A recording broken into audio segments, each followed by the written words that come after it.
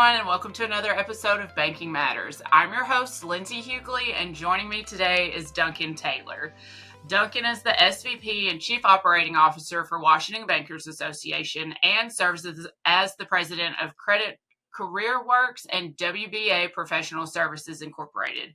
He's a seasoned associated management professional and an experienced small business and not-for-profit technology consultant. He's a third-generation accidental banker, as both his mom and grandmother had careers at Washington Mutual. Duncan grew up around the bank, and it left an indelible impression on him as an importance of work in the industry performs.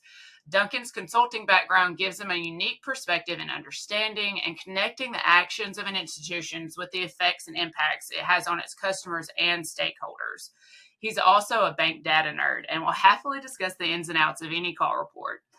Duncan has a breadth of teaching experience ranging from financial literacy education to capital budget details for Washington State school construction.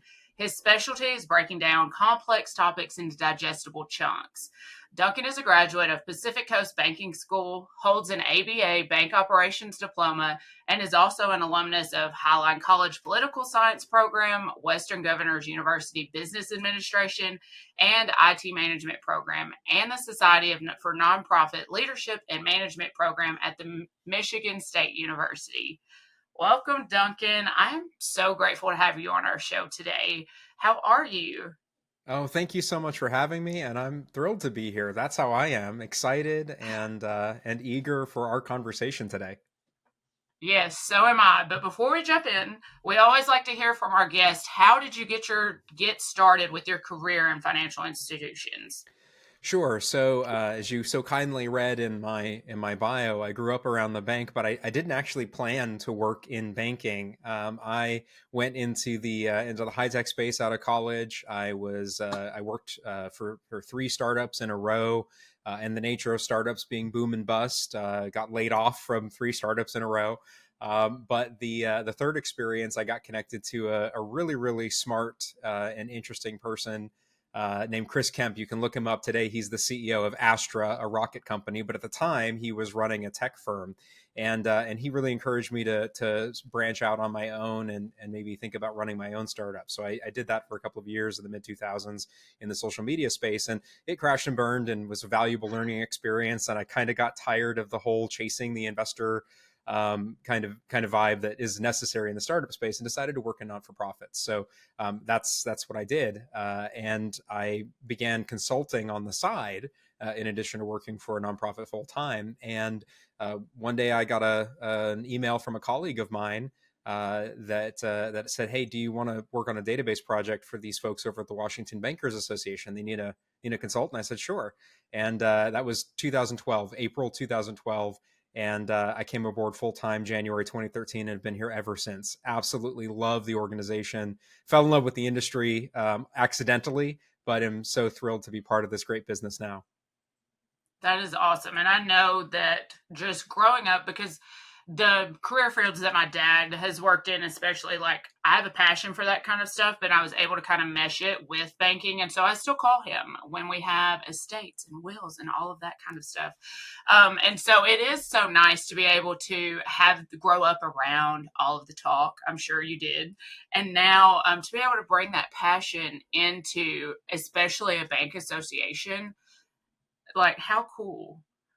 Yeah, and my mom worked in check processing, so one of my earliest sense memories is the smell of Micker, the magnetic ink at the base of a check, because when you have thousands and thousands of checks in a room, it has a very distinctive odor and kind of smells metallic. And she would take the checks and transfer them onto microfiche. Now, for any of the younger listeners out there who don't know what that is, back in the days before digital photography was common, you had these really large machines that basically took pictures and put onto a special type of film all of the check images. And that's how people looked up checks when they needed to go back and verify or do any of the information transfer that used to be very manual. So that's what my mom did. And I've got pictures from that time period, me taking a nap in a banker box lid while she's at work, because they had take your kid to work days all the time at what we just called the bank at Washington Mutual. In fact, I have a little piece of memorabilia that I want to share. This is a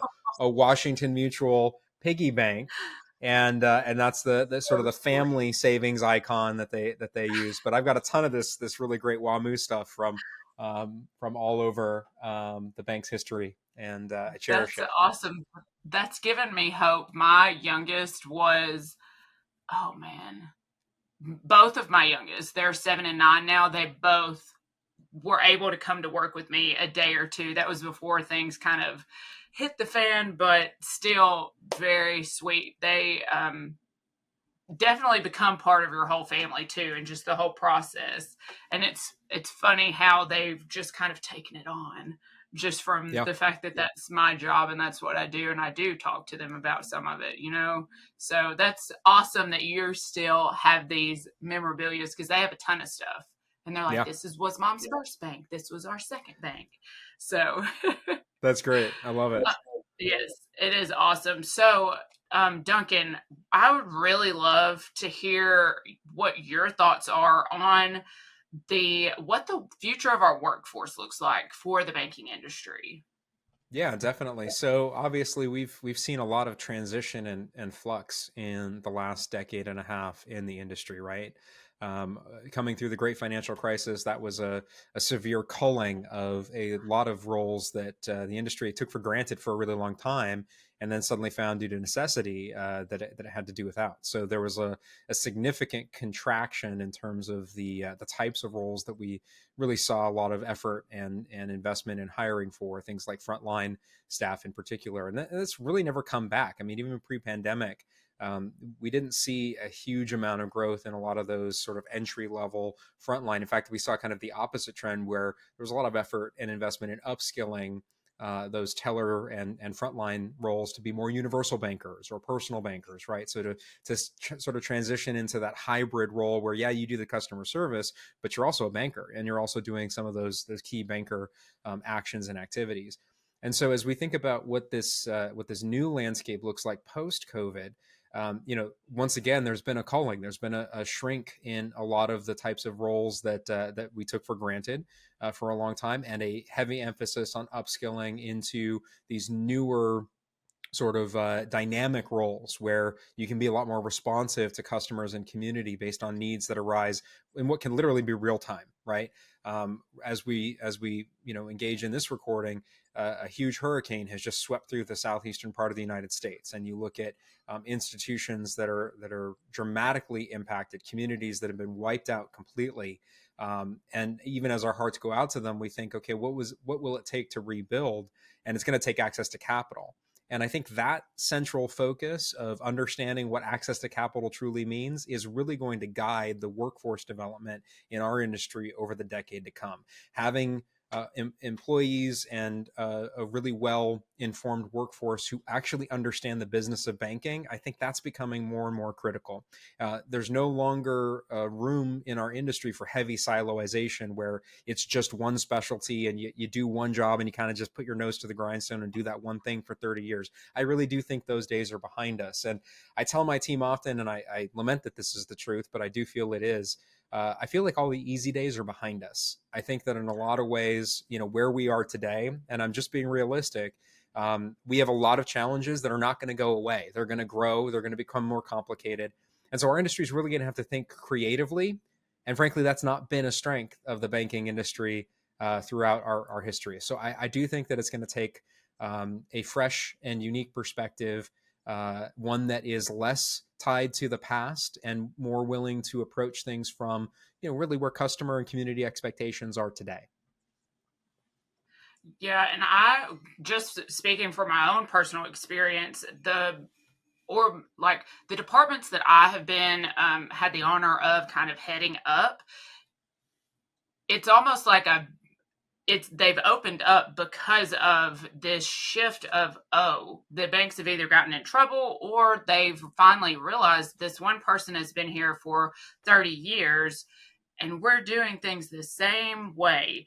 But it's taken new, fresh perspective to kind of shift things. Whereas I took a department of 5 people down to 3 and we were completely efficient. And so it is it's the creativity is very hard for the banking industry. So I would really love to hear some ideas that you have that banks can do so that they can better prepare for this shift that does need to happen? Because I feel like there's so many people that realize it needs to happen. It's just what action steps do we take?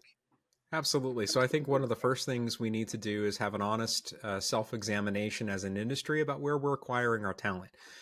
Do we really need to pursue only college graduates? Because we know that there's a lot of roles in our industry that don't require a specific college degree. If they don't require a specific college degree, then do they really require any college degree? Should that be our focus? We're using college as a litmus test for, can you read, write, and articulate? I think there's probably better ways to do that than just saying a 4-year degree is the baseline entry. So I think that's a starting point. For our efforts in Washington and indeed with our fellow state associations around the country, we've invested heavily in workforce development focused on career technical education in high schools. So pursuing learners that want to work on our industry and frankly better reflect our communities where we live, work, and serve than the workforce as it is today. And reaching into those communities, reaching into those schools and saying, hey, this is a career for you. Not only do we want you to consider this, but we want to give you the tools to be successful, to thrive in these great family wage jobs all over the country.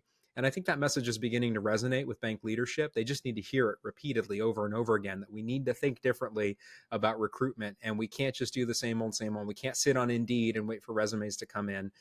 We can't just go to the job fairs at colleges and universities and recruit. And frankly, here's another challenge. And, I'm speaking candidly because I think friends tell friends the truth. Our industry is not beloved in significant corners of the economy. I know that's a shocker, but it's the truth. Bank is a 4-letter word to a lot of communities around the United States.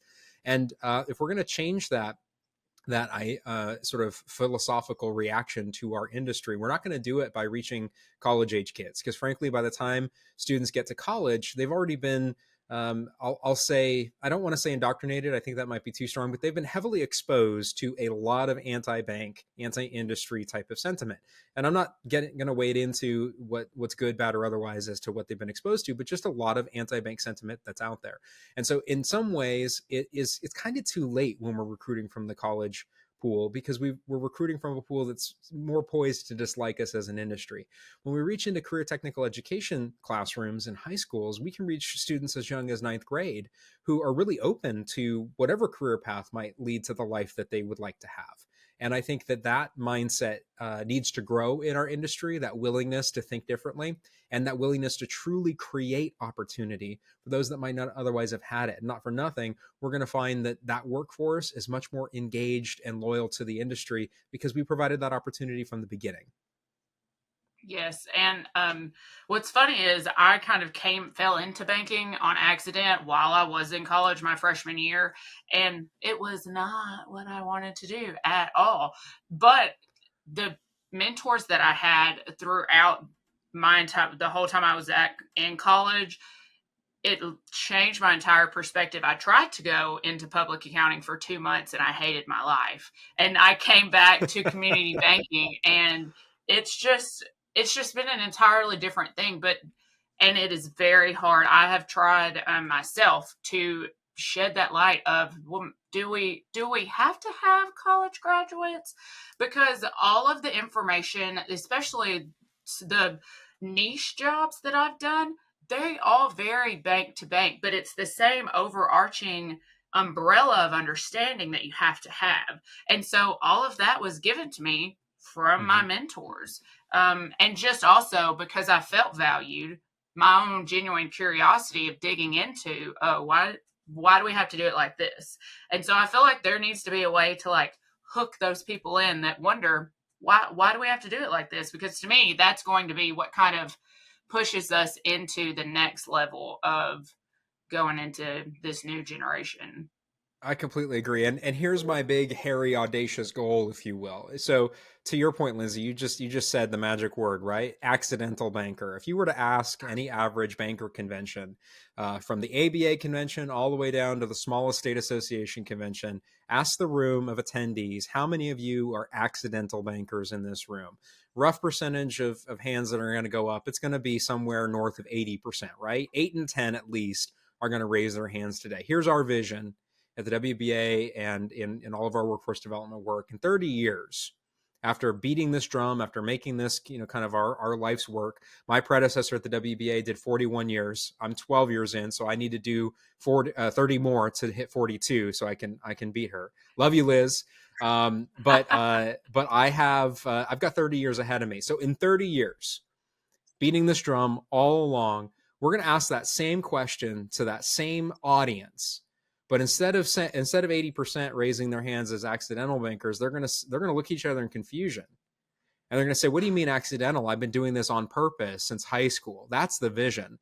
And not for nothing, but that room that we ask the question to will be the most diverse room of bank leadership in the history of our industry, because that's the natural side effect, right? There's a lot of emphasis in the workforce today on DEI, but I think that's the wrong order. I think that when we start with diversity and equity, we miss the most powerful element in that initialism, which is the I, inclusion. When you do inclusion well, the D and the E are natural consequences. They happen as a result of making the inclusive argument meaningful and relevant. When you do inclusion well, the D and the I follow naturally along. So that's our focus, is really creating a truly inclusive banking industry. And I think that's the workforce of the future. And just because I've sat on the other side of so many committee meetings of how do we diversify our work group, but the fact that you're starting out with inclusion from the jump, that all makes sense. Like, I think that's such great advice, and I really, really do hope that in 30 years that banking as a whole across the board can see such a shift.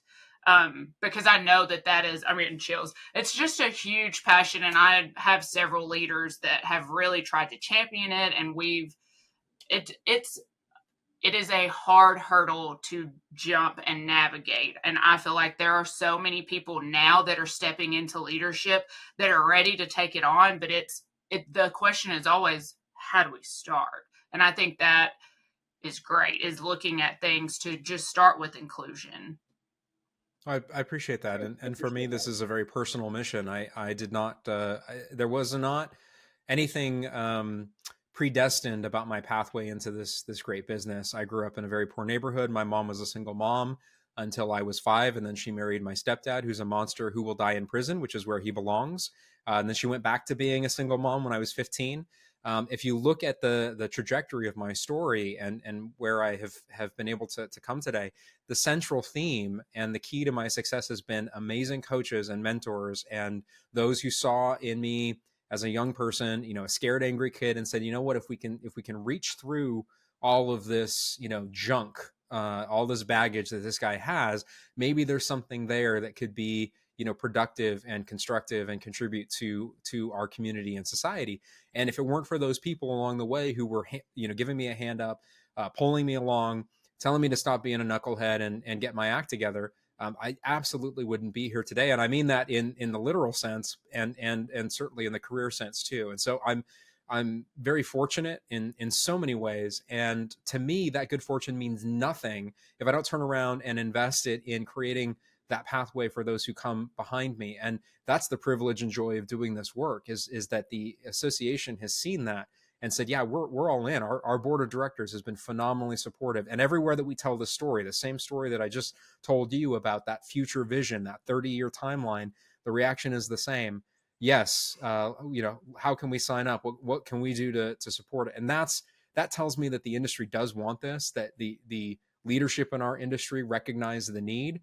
And they see that this story could be told in the way that we've described. We just have to work really hard to get there. Yes, I fully agree. I do think it's obtainable. I think that it's there. I just, like you said, I think it just needs to continue to be said again and again.